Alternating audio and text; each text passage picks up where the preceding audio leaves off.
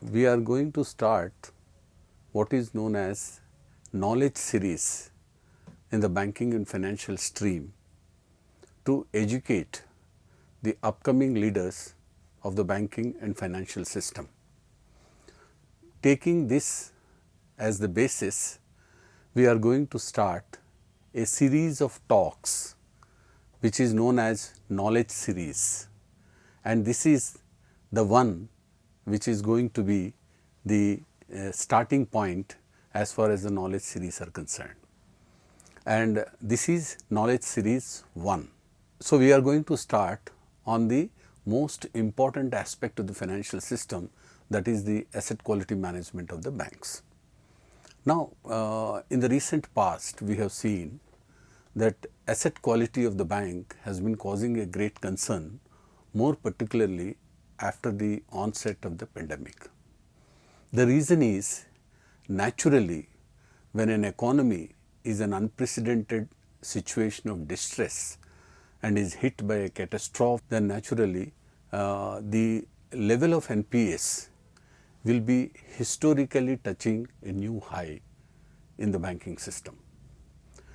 Notwithstanding the pandemic, in India the banking system is having high level of NPS when compared to many of the neighboring countries, for the reason that we have the I do not say it is a weak system, but the credit appraisal, that is the credit origination system, needs lot of improvement. There are willful defaulters, there is diversification of funds, and there is a lot of ambitions on the part of the corporates in raising the funds from the banks, and that leads to diversification of funds, and all these reasons have led to piling of NPS. Because of the diversification of the data between the bank and the Reserve Bank of India, the asset quality review has been started in September 2015 by RBI.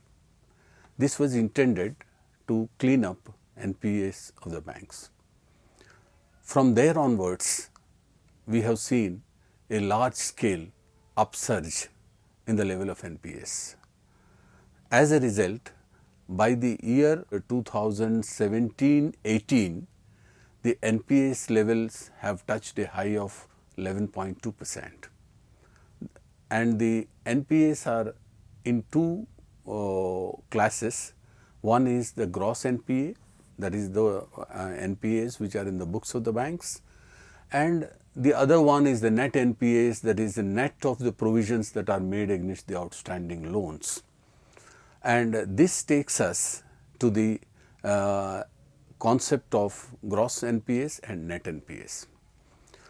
When the provision coverage ratio is around 60 to 60.2% now, naturally the gross NPAs and net NPAs, there will be lot of difference, and the concern is of gross NPAs, not the not the net NPAs. Now, coming back to how to tackle the rising NPAs. When we look at the near term, maybe up to I would say 23-24, that is 21-22, 22-23, these 2 years we will have a very high level of NPAs. The banking system has to put up with the NPAs, but going forward the NPA levels are set to decline when the recovery system and the rigor of monitoring of the credit portfolio of the banks improves. We have seen that with the onset of your special mention account system, that is, we are capturing the data of 0 to 30 days, 31 days to 60 days, 61 days to 90 days, that is the before any loan account becomes NPA, we are capturing the data of special mention accounts.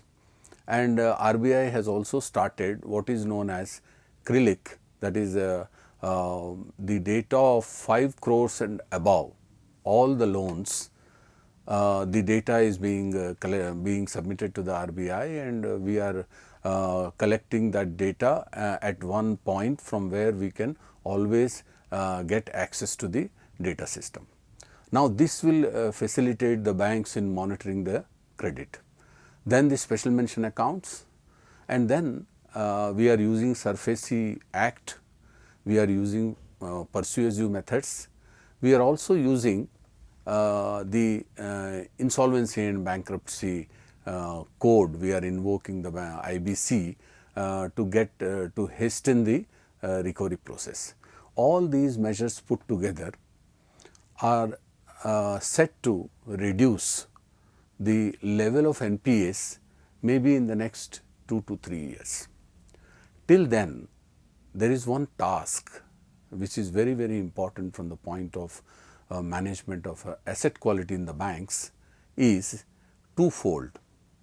One is the credit origination system, that is the credit appraisal, has to be strengthened with internal operational data that is mobilized by the banks at the data warehouse, and the market intelligence data, the rating agencies data, and the economic intelligence of the banking system. All these put together have to reinforce the method of credit appraisal, so that we are in a position to improve the quality of credit origination. Now, after the credit origination, the second stage is sanction of loans. Now, as far as sanction of loans are concerned, it should not be a template driven sanctioning process, but it has to be aligned with the inflows of revenues of the borrower, the cash flows, the cycle of business of the borrower, so that they do not default in the loans, and the quality of credit sanction and the terms and conditions and the risk based pricing, all these will have to be aligned together to ensure that the quality of the credit goes up in the system. As far as the post sanction of monitoring of the credit is concerned, I think it requires a lot of attention, and it has to be aligned to the ticket size of the loans. Not that banks are not doing now, but I think it needs a fresh look at how the large loans are being monitored at the different levels of the banks. That needs constant watch and monitoring.